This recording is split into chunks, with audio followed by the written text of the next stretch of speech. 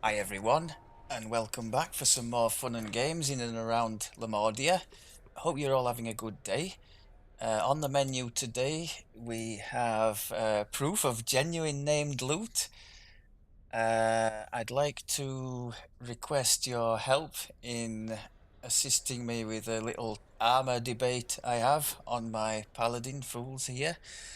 I'm going to show you round the run around the rares in the wilderness area, and we're going to finish off with a little discussion based on an interesting forum thread I read recently on the worst grinds in the game, like tokens of the 12 and rare loot and this kind of thing. So I just thought I'd give my take on some of those.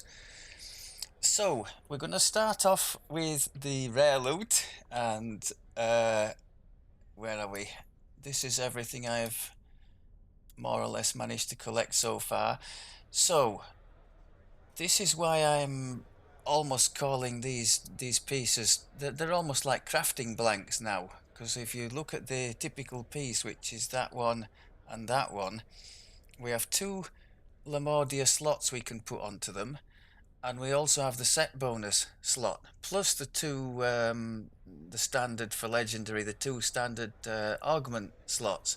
So five things in total you can put. So it's reaching the stage. I mean, it's not completely irrelevant, but it's almost irrelevant what is actually on the thing. Provided you've got some impactful stuff you can put into it, including the little set bonus thing, then I'd say go ahead and do. I mean, on this character, I have two kind of placeholder items. This bracer, the only useful thing it's giving my build is the deception down there at the bottom for the sneak attack thing. Aside from that, the only useful thing it's giving is what's in the slot, which you could get on any item. So I'm I'm hoping to find a bracer from the Lamordia to be able to replace that, because as we saw the other day, we can craft deception onto a Lamordia item. The other one is the ring, again kind of placeholder, although it does have a nice curse for a bit more hit points and AC, but otherwise the only half decent thing there is the constitution. The force absorption in certain situations, like against Nothics, I guess would be pretty nice, but I think that's up for replacement. And again, on the Lamordia stuff, you can craft quality stats +3. So if I can find a ring, I think I might be going for that with this. The pieces I have found, two of them would be appropriate for my arty red. So we've got repair amp and reconstruction, plus whatever else we would put on there, and then this rune arm. If we were an actual doing any casting with the lightning law, that would be even more helpful, but insightful magnetism would certainly help him. His imbue, and the electrical imbue 6 looks pretty good as well, plus two crafting slots, so similar to the Dino one in the customizing options, but probably still not quite as good. Not as many options for customization, and no set bonus, you'll notice there.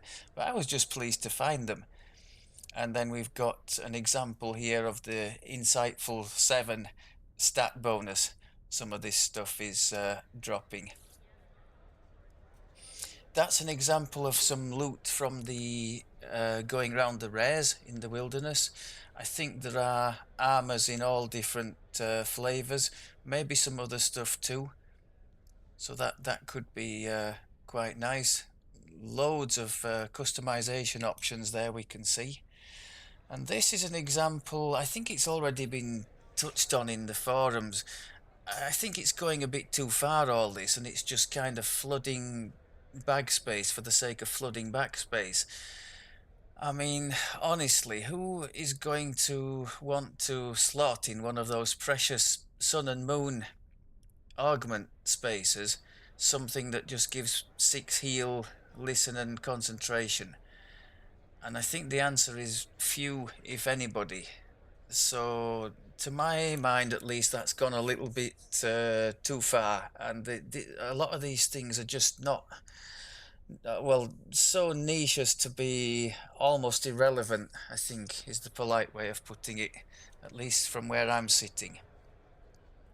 Right, let me just enlist your help if I can with this armor debate.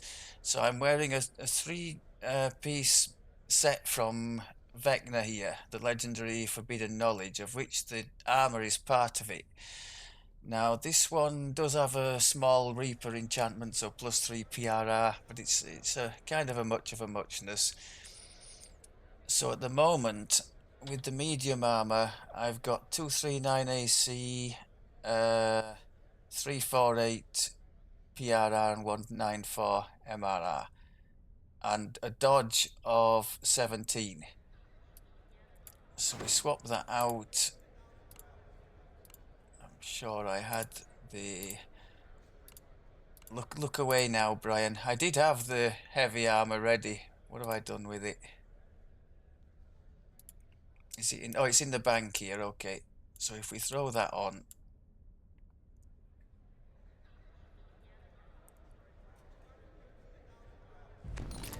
we have a bit more AC, maybe 8 points worth. Let's say a dozen more PRR, and I think the MRR is pretty much the same, isn't it?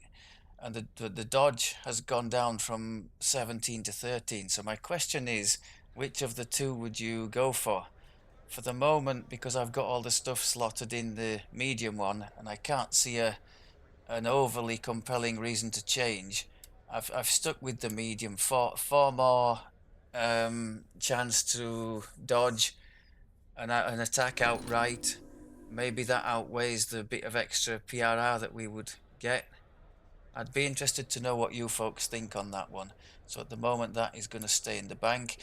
As well as the Madstone boots that I got from the Giant Hold raid, I found that something on this Paladin build is stopping me from actually using that rage.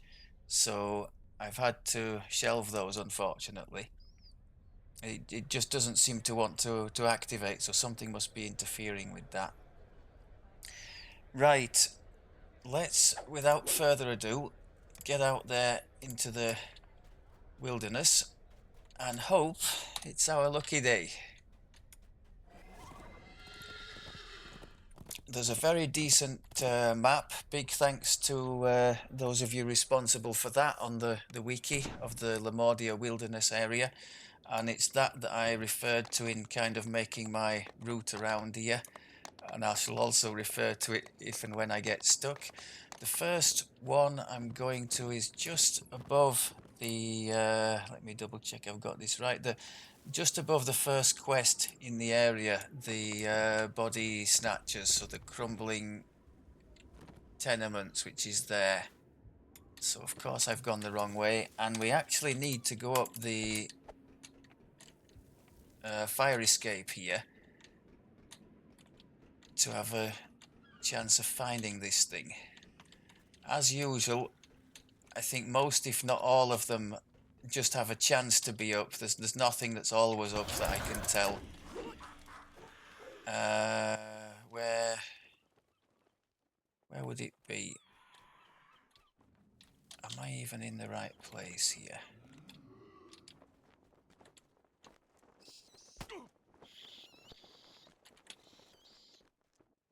I think so. Or is it in fact up there? Let's just double check the map. That's the tenements. No, I should be a bit further up here. So I need to be on that one there. Okay. As far as I know, this is the only one where you really need to do a bit of running up off the ground level to find the things. And of course it's not there. It would have been over here in this corner, the chest would be. So that's the first one. The second one is just to the west of the Mysterious Light quest, which is there.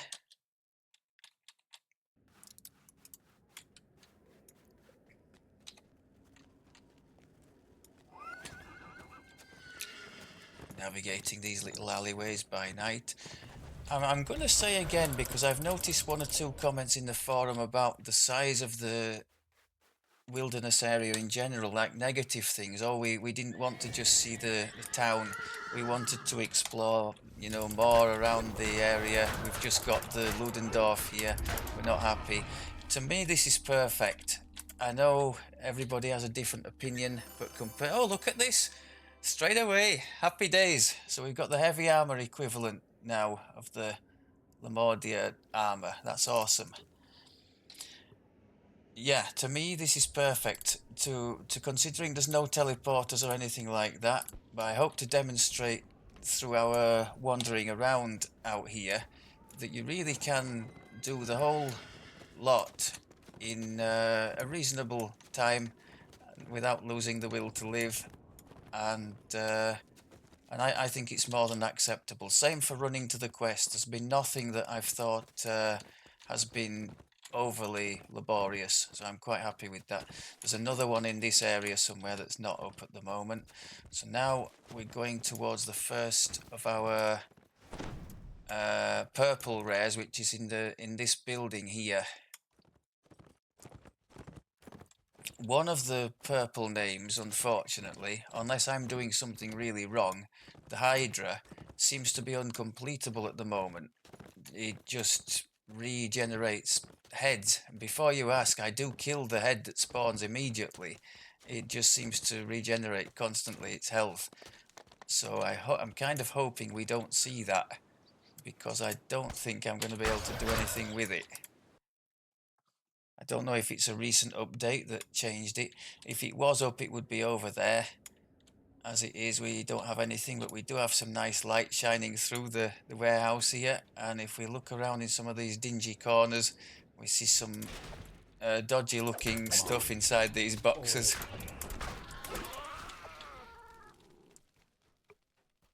So going out of here, we go straight onto the docks. The next one is just to the right of this little boat here, if it's up. I think it's called the Diver, appropriately enough. Now this is another example of something I don't like. Why is that even red when it... Well, it's obviously red because it's tougher than the others, but it doesn't drop, you know, like that's red because that's a boss and there's a chest and it attracts your eye to that. So I like that, but I don't like the highlighting in red of things that are basically just common enemies with no added incentive. See if we can keep our streak going of tasty things. So no, generally speaking, all we're going to get is these bleak wires, which are the Tyrannosaur teeth equivalent of this area. Leave me alone. I should really put one or two little buffs on, shouldn't I? In case we run into the purple name thing. Right, so we're going to go across the river now. I don't think I've ever found this one. It's marked on the map. Just about here, I think, in front of this building, it should be. But search though I have, I've yet to find anything. So maybe you folks might bring me luck, but it doesn't look like it. It's supposed to be around there, I think. We'll have a little scout round, but I'm not seeing anything. I'm not seeing any elevation we could take here, so I just think it's not here. So next one after that is just north of the Ludendorff University, and that's much easier to find. It's on a little corner just north of the university quest entrance.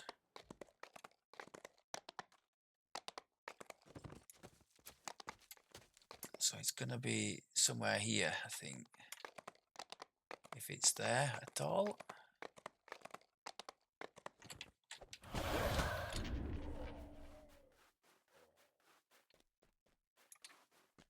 Where are you?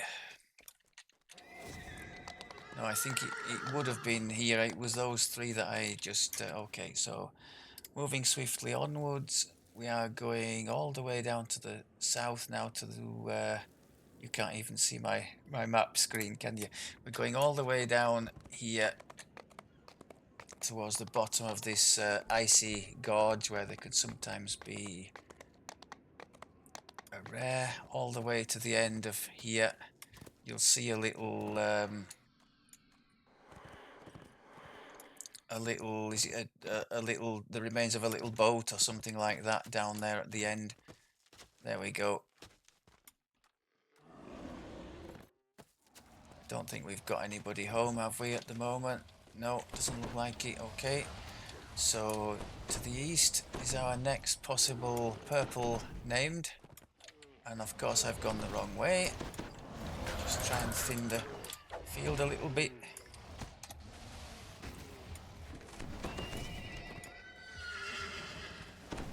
No!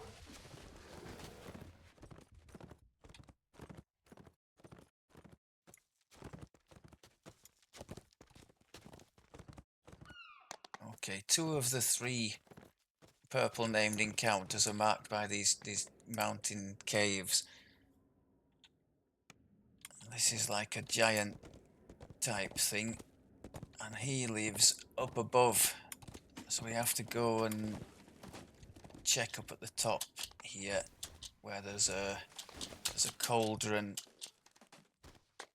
in a corner. It doesn't look like he's here. I think where those 2 creatures are is where he would normally be, so that's where he would be with his cauldron. Not there at the moment, so on we go.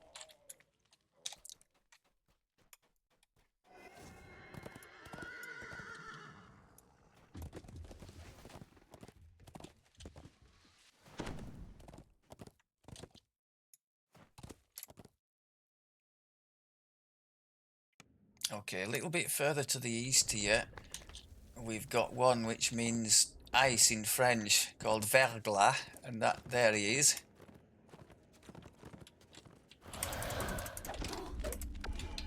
The ice flenser, appropriately enough.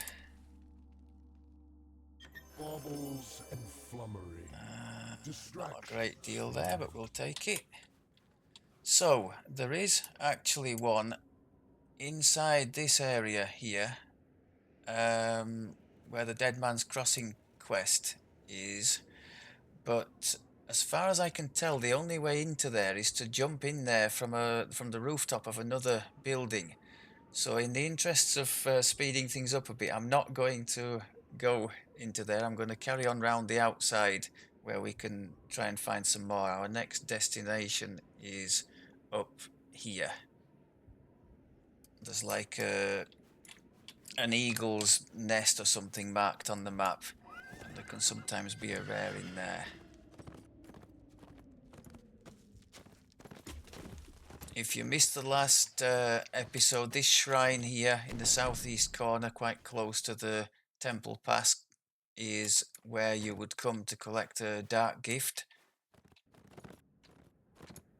But you must first have collected the offering by completing, as a saga reward, you would get the offering to take to the shrine.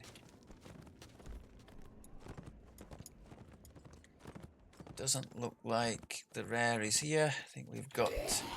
No, that's not a rare. Okay. So on we go. We're going on now towards the Hydra's cave in the northeast corner. As I said, I'm kind of hoping it's not there because unfortunately, no matter what I do, it just doesn't seem to be getting anywhere close to killing it. As far as I understand it, provided you kill the heads in sufficient time when they drop off, you're supposed to be able to kill the thing. Well, what's been happening for me is the head drops off, I kill it immediately, and a bit later the thing regrows and so do the hit points. So I just don't know what's happening there. I have been successful in killing it in the past, but I'm guessing that was prior to the recent update, so maybe something they did has changed the playing field, I don't know. So it is there, so I'm kind of duty bound to go and at least engage it. And I guess maybe we're going to see what I'm talking about here if the same situation persists. Does he have true sight? I guess we'll find out.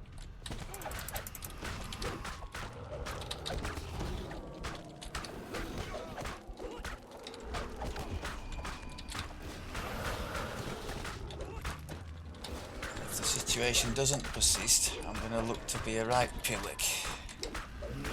So you can see we're chunking him down quite nicely. He started on 1500. He's lost a head there.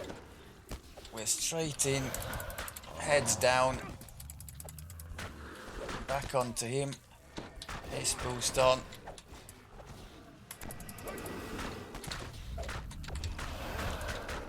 I tried everything. I tried killing the head in the circle of acid, all sorts of stuff. Now, for the moment at least, he doesn't seem to be regrowing, does he? I think maybe recording for the YouTubers brought me luck here, because there was a second head went down there. So let's have that as well. That's done.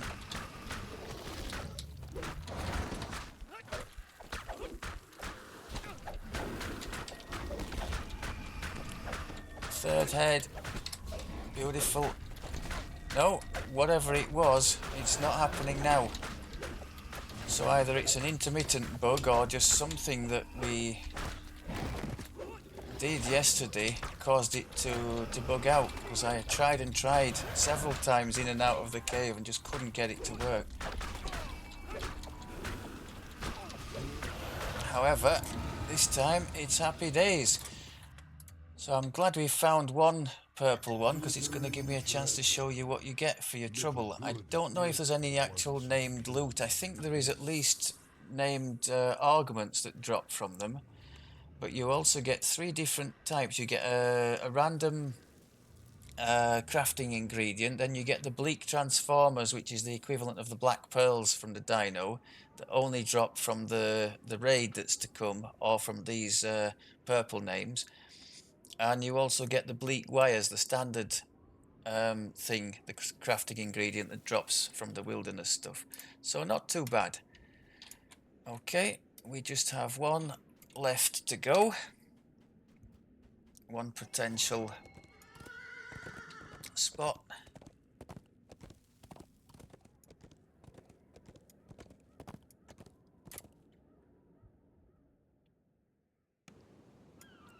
And that's just around this corner. I think it's a patchwork horse called Boris that lives just around here.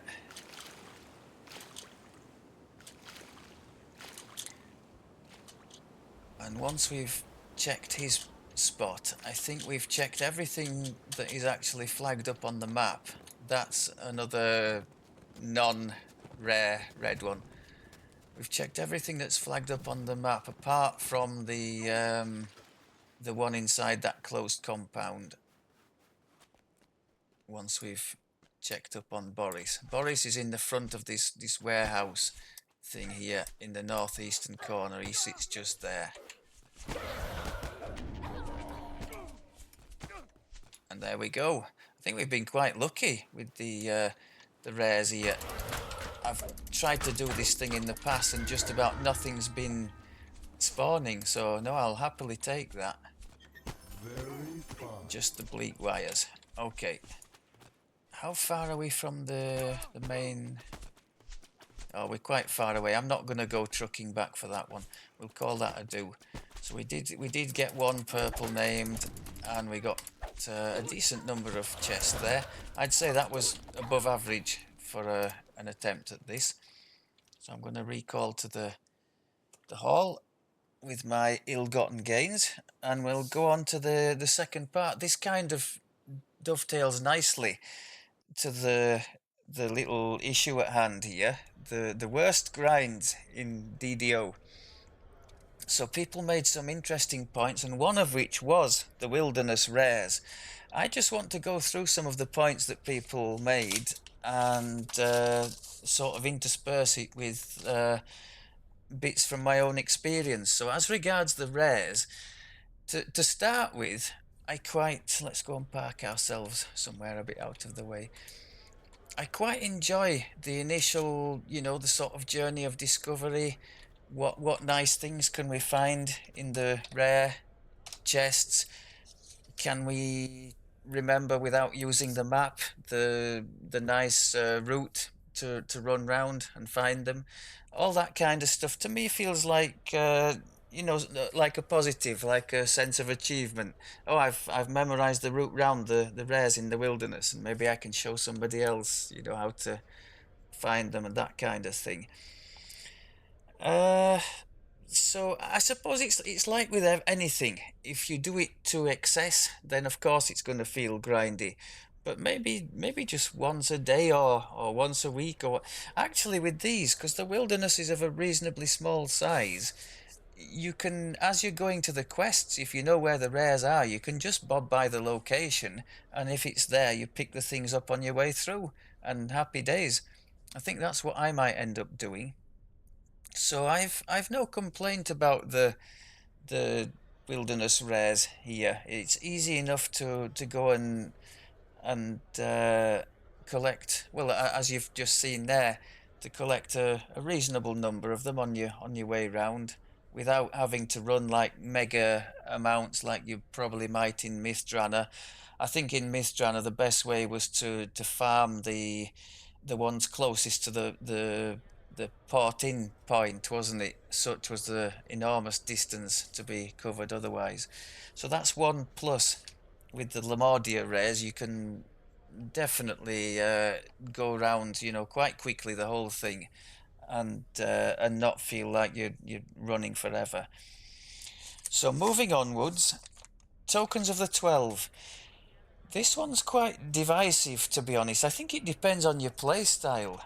To me, I've never had an issue with this because I do tend to do quests as opposed to slayers when I'm in epic. I know some people get to epic, jump straight on the slayers, and they're at the cap within a day. That's never been me. I tend to do level appropriate questing, and as a part of that, I'll do things, like Eberron chains, like Red Fens and the Sentinels chain, the Kundarak quests, all of which drop tokens of the 12. And by the time I get to the cap, I've invariably got enough to do a TR. So, although you are taking longer, if speed is of the essence for you, you're taking longer to reach the cap against something like Slayers, but you're actually saving yourself time and messing about when you get to the cap, having the tokens already there. So to me, that one's more of a playstyle choice. If you choose to rush the thing and do the slayers, then yes, you're going to have a bit of a chore at the cap to then acquire the tokens. But there are means in place within the game to be able to arrive at the cap and not have to do that grindy thing. So that's what I choose. One and done each quest, and the tokens invariably just accumulate. So that's my preference. Heart seeds, sort of tallying with this. Um, my solution to that is that, well, I really don't have to try. I have more seeds than I could ever want, and that's because I have at least one, usually more than one character at the cap. And of course, every quest they run, every legendary quest they run, they have the option of picking up two heart seeds as a reward, and those soon accrue. So that's never been an issue. If you are the sort who likes to only play one character and TRs like immediately on reaching the cap, then yes, I can see that being a bit more of an issue. And I think in that case, you have the option of like blasting through something really quick, like Borderlands on epic normal, and you'll still get your two seeds a time for completing the quests, if I recall correctly. And you could still collect the things in reasonable time, but having one or more characters sitting there at the cap is a nice way around the grind aspect of the seeds thing. Because to me, as one person put it, the whole thing is about having fun. So I do everything I can to remove the grind element from it and just try and accumulate stuff, as I'm going along through the natural course of things. That to me is the nicest way to do it. Greater tokens of the 12, they are a little bit more grindy. I think most people would choose between or do both of Epic Chronoscope and or the Zawabi's Revenge. Zawabi's Revenge is a little bit of a pain to flag for, but once you've got somebody capped who's flagged for that, I mean, on any decent ranged character, you can complete that in 2 or 3 minutes solo. So that's quite a big draw, for your tokens. I know some people who take like box accounts into that thing and like get 6 tokens a time. To be honest, I don't use them that often. I've used, when was the last time I used greater tokens? Yeah, they're used for raid upgrade items, aren't they? So like the Sword of Shadow. I recently made an epic Sword of Shadow for my little tank that's been leveling back to the cap. But I don't use them so often. Uh, epic, sorry, upgrading Gem of Many Facets as well. That's a raid item, isn't it? So that's a popular use of greater tokens of the 12. Moving swiftly onwards. So rare loot. I have a perfectly adequate solution to this. If we're talking about the Mythdrana type stuff, I just opt out of it. I'll um, I'll run the chains, the quests like once a life, but I would never dream of grinding like for like any of the rare items, whether or not they fit my build. If something happens to drop and I have a build for it, or I could have a build for it, then great. I could consider building something around it then, but never would dream of throwing shards and hours of time at something like that. Just not for me. So again, it's just a preference. Um, Same goes for the augments, the rare augments from Mythdrana. I decided not to bother at all with that stuff like imbued ice and the cruelty one for helpless damage, all that kind of stuff. My solution to that was to get it in a set bonus. So we're using this Wrath of Sora Kell. So we can see there are two. There's an imbued ice and the helpless damage are on there, which means I don't have to chase like an idiot after the rare augments from Mythdrana. I just think it's a pretty crappy system, to be honest, in my opinion. But my opinion is there to be disagreed with. Again, you could take the grind further with gear, looking for the same gear but with a better mythic bonus or with a Reaper bonus, or looking for the same item to try and get a better card curse on it. Very rare, if ever, do I do anything like that. I just settle for the item and the set and put it together and then just leave it. Because the doing more than that, you go into the realms of not really having fun playing the game, at least for me. I think the majority of us would probably just put the set together and just take whatever's on it. But I think the point to make is that in almost all cases, when talking about these grinds, people have chosen to go into that. It's quite rare that the game puts you in a situation where you have to do it. Even for the tokens of the 12, there are ways to not do that. So often it's like a playstyle choice, at least to my mind. What have we got here? Right, yes. This was mentioned, probably the most popular one on the list in terms of number of mentions it got. The TRing process. God, yeah. Anybody who's ever transferred 200 plus items out of a TR cache and then gone through the painful operation of throwing 20 levels of random epic rubbish into a build, knowing that you're going to, TR it back to one immediately afterwards. That is painful, and I did see one person comment that that kind of thing is something that puts them off like logging into the game, for several days on occasion. The thought of having that ordeal to go through, I can totally relate to that, and I'm exactly the same. It's just, as one of my Canadian friends would put it, a hot mess. That whole system.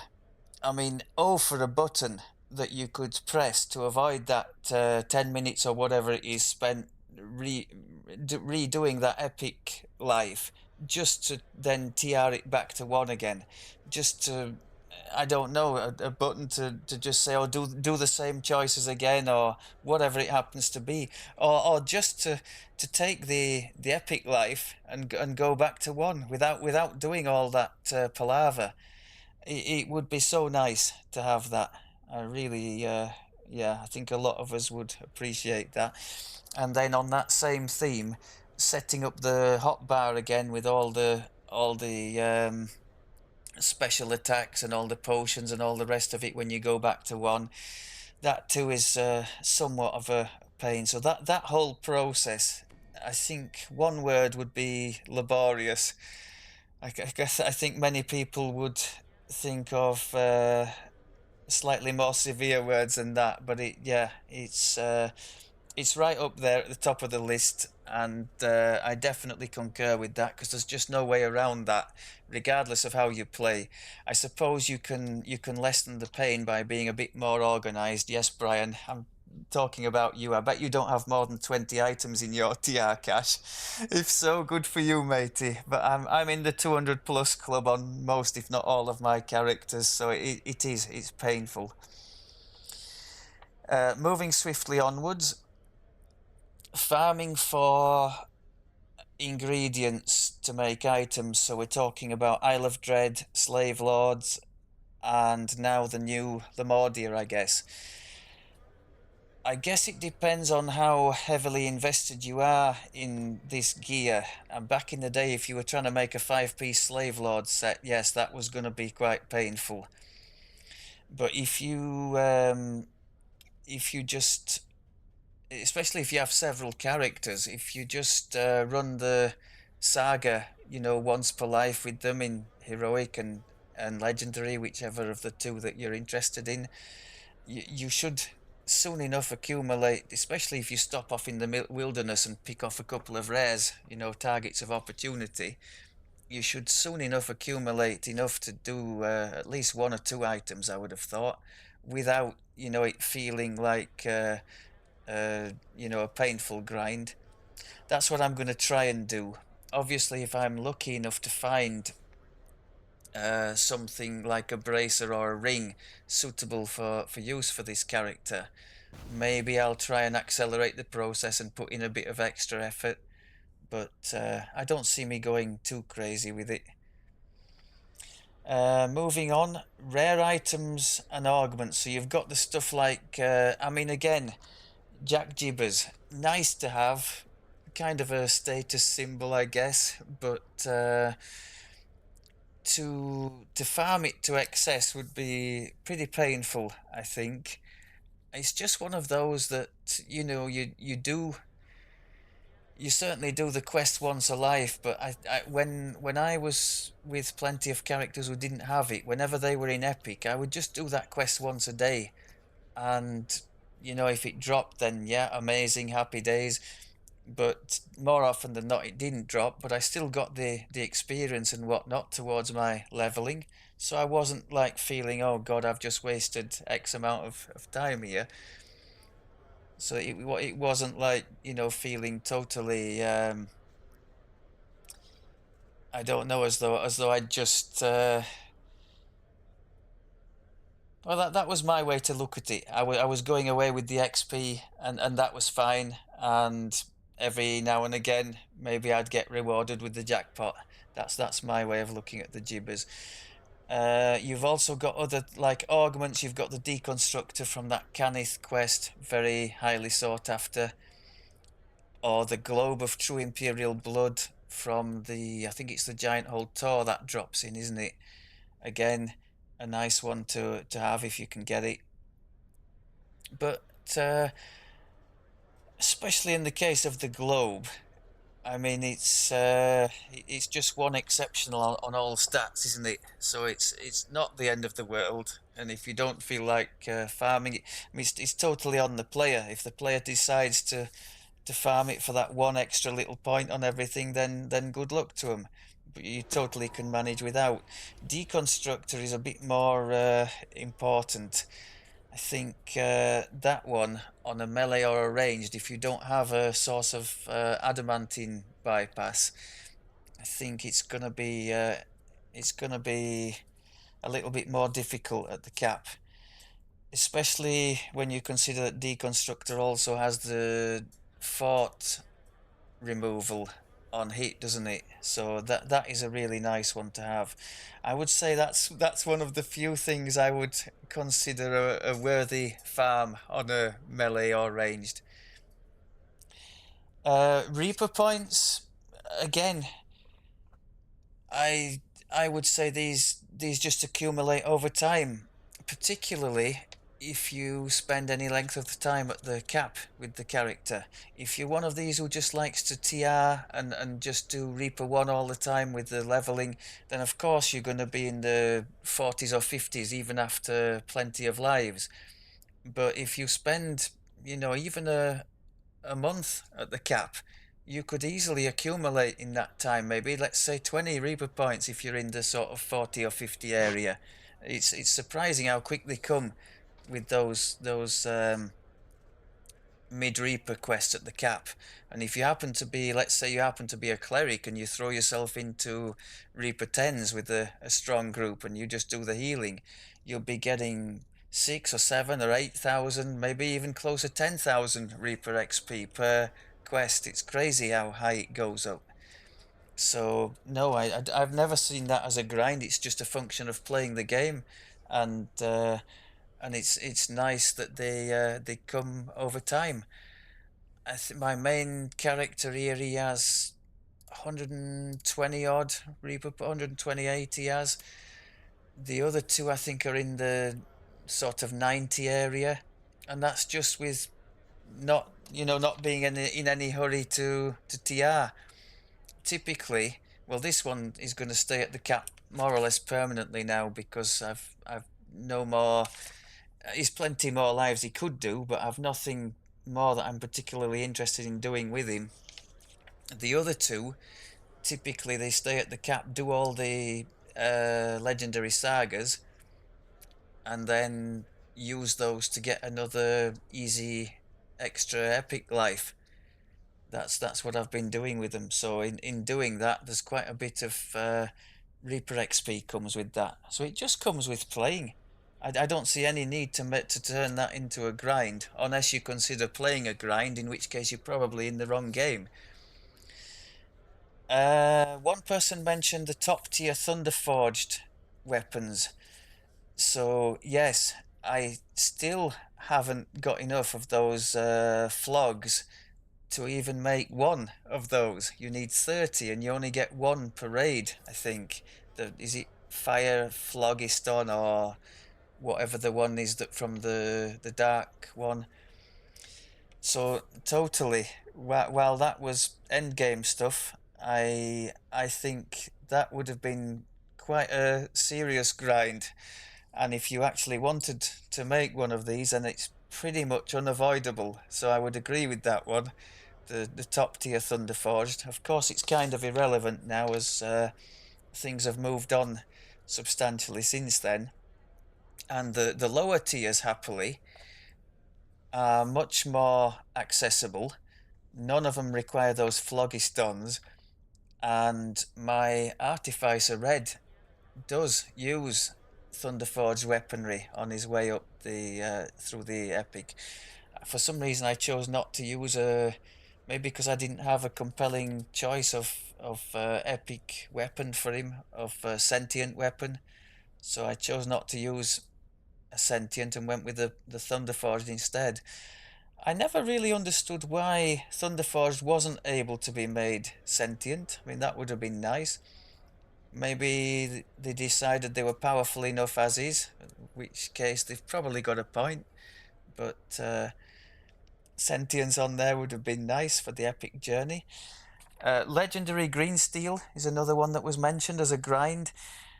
I would divide that into two bits. I made some LGS pieces for my caster druid, my cold druid back in the day. And the first two tiers from memory are gettable really easily with materials just from the two flagging quests for the raid. The is it to curse the sky and creeping death. So just using those two quests, you can get the materials for the first two upgrades, and those upgrades are front loaded, unlike many. So let's say the maximum is 35 spell critical for whatever element you've chosen. You can get 30 of that, if memory serves, from the first two upgrades. So it's only that extra 5% if you're looking for caster damage. So you can quite legitimately leave that, not never do the raid, and still get something reasonably competitive to wear. Where you're running into the grindy element is where if you're wanting sought after clickable things, like let's say the radiant force field clickable on your item, then you are needing to run the raid several times to get the higher tier ingredients. So that one I would agree with to a point. But if you're prepared to compromise on the gear, then you can totally do it in a non-grindy fashion. That's my take on the legendary green steel. Schism shards is one I'm less familiar with. That was mentioned in the thread. That's to upgrade the white plume items, isn't it? And those drop in the killing time raid, I think. I've only ever got one of those, although you can get them if you're keen on that for Threads of Fate as well. I think, is it 500 Threads of Fate gets you one of those? You need 5 to upgrade one of those items. One that did raise an eyebrow was the scroll, seal, and shard system. The old system from was it no, I think it wasn't just Desert Sands, was it? It was several packs. I think it was Vault of Night stuff as well, wasn't it? But anyway, the biggest one I remember with this was the Ring of Spell Storing. If that awful system had still been in place, I think hardly any of us would have had one of these rings. The day that thing was removed and they started using the bronze tokens instead, made so many nice things in the game accessible to the wider player base. Because that scroll and seal thing, I think that has legitimate claim to being one of the grindiest, if not the grindiest thing ever in the game. And there is no way on this earth I would have ever entertained something like that. So I owe my Rings of Spell Storing, there we go, there's an illustration, to the fact that they have abolished that system and made the bronze tokens thing in its place. Yeah, that was just ugly, is the only way I can find to describe that. Guild Renown, I'd throw that in with the Reaper XP. I wouldn't ever see a need to grind Guild Renown. Granted, for a long time I was the only person in the guild, but now there's two of us. Even so, from what I can tell, once you go up above level 50, you've got, the lion's share of the tasty things anyway, and everything else is just icing on top of the cake to me. I mean, some people, I guess, just like to have the maximum numbers. I think we're sitting in the low 160s at the moment. But no, it to me it just comes when it comes. Just take the renown, at the end, if for the end quest rewards, and it just slowly amasses over time. I don't see any grind in there. Raid items. I'm kind of duty bound to agree with this because because I don't raid particularly often. Maybe it took me about a year all told to get the bottled rainstorm from the Dryad raid, because I was always dependent on when friends could log in and our little group could try and do the raid. And I got unlucky and nobody ever dropped the rainstorm, so I had to buy it with raid runes. So I remember that was a particularly momentous day because that was the cornerstone of my whole gear. I was doing a 7-piece autumn set, Feywild, for that cold druid, and the bottled rainstorm was the last piece for the, I think it's 15% legendary spell crit damage. So I had a placeholder in there for such a long time, and I remember when that thing finally came along to finish the set, it just felt like the end of a long journey. Ion stones, yep, having hunted around for the pale lavender one in particular. If for those of you who don't know, that's a really nice spell absorption trinket. 50 charges of spell absorption. Very nice to have, but can be a little bit painful to acquire. I think the last one I got, I did buy. I found it for relatively cheap from the shard auction house, so I got it with shards. But yeah, farming the, what are they called? Is it the Dreaming Dark chain for those things, or the bits that go into the upgrade? Because don't do what some people have in the past and try and use the thing unupgraded. Or that, yeah, if you use it unupgraded, when its charges are finished, the thing disappears and that's it, game over. You must upgrade it before actually putting it to use, and then the charges will just restore. Each at the end of each quest or each day that passes.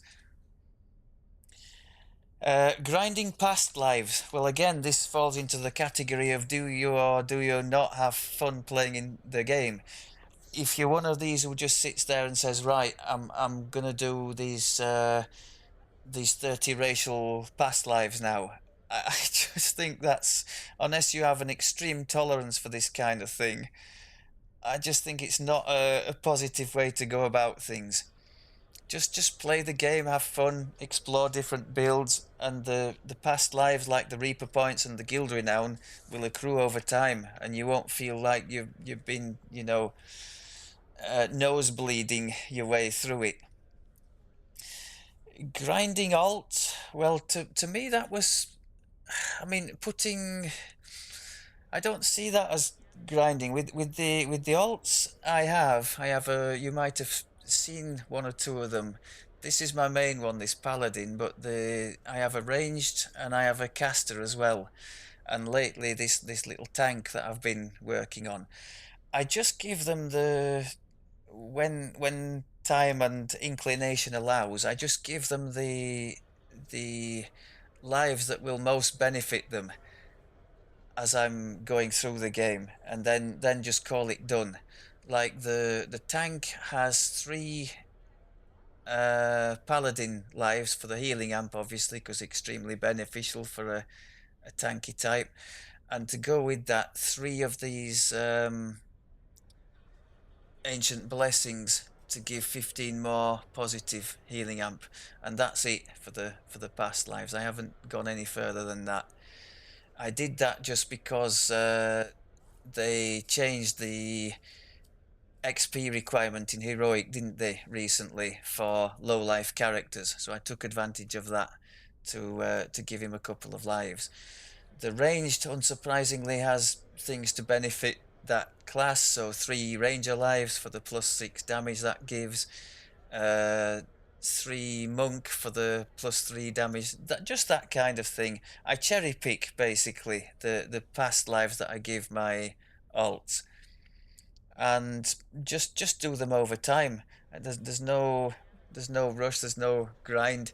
I just wanted to have different play styles to go at, and characters who could fill different roles, if needed. It's just quite nice to have. Most of them sit at the cap. Well, one I only ever have one doing the leveling. The rest just sit at the cap so they can join in, raids or whatever it happens to be. So I've never really seen that as grindy. Just more the alts are more a way of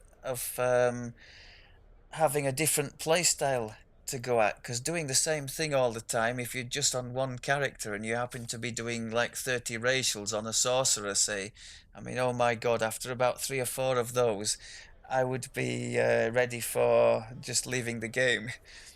So variety is the spice of life, I think. I don't see alts as like a source of grind. Set augments, I can definitely agree with. I've never tried this because I don't raid enough, but if my understanding is correct, you need 3 of the same item from a raid, whatever item makes the augment that you're looking for, and then crunch those down and put them in your end game gear. So that I can see as pretty grindy, having to do the same raid. I've seen people doing Babas, so I assume one comes from there. Having to do the same thing over and over again, regardless of whether or not you like the raid, or yeah, that does strike me as overly grindy, and hence why I've opted out completely of the set augment system using the raid loot. The last but not least, Coin Lord and Kundarak quests for space, like bag space and bank space, to have enough space to do a TR. When doing like a life from one, a heroic life, I don't see this as too much of an issue, because you can do the harbour, the Coin Lord stuff, and then the Kundarak stuff a bit later, the level 5s and 6s, and then the level 8 and 9 thing later. You can totally do that while leveling. So I don't see that as an issue. Where it could be an issue, as somebody pointed out, is if you've got an iconic character and then a lot of the appropriate content has already passed you by. So you'd either have to do it, if you really want the space, do it over level, in which case getting little or no reward for it, or make do with less space. So I guess there it's a bit more of an issue. And I think that brings us to the end of our list. I guess the too long didn't listen version would be the number one source of annoying grind in the game is the TR process itself, which I would wholeheartedly agree with, and I would love if something could be done in time to make that a little bit more user-friendly. The lion's share of the rest of it is in my opinion playstyle choices. You can basically do as much or as little as you prefer, and indeed even the TR is a playstyle choice. There was at least one person who commented they saw what was involved and they decided never to TR, and that's totally fine. That's a choice just like any other.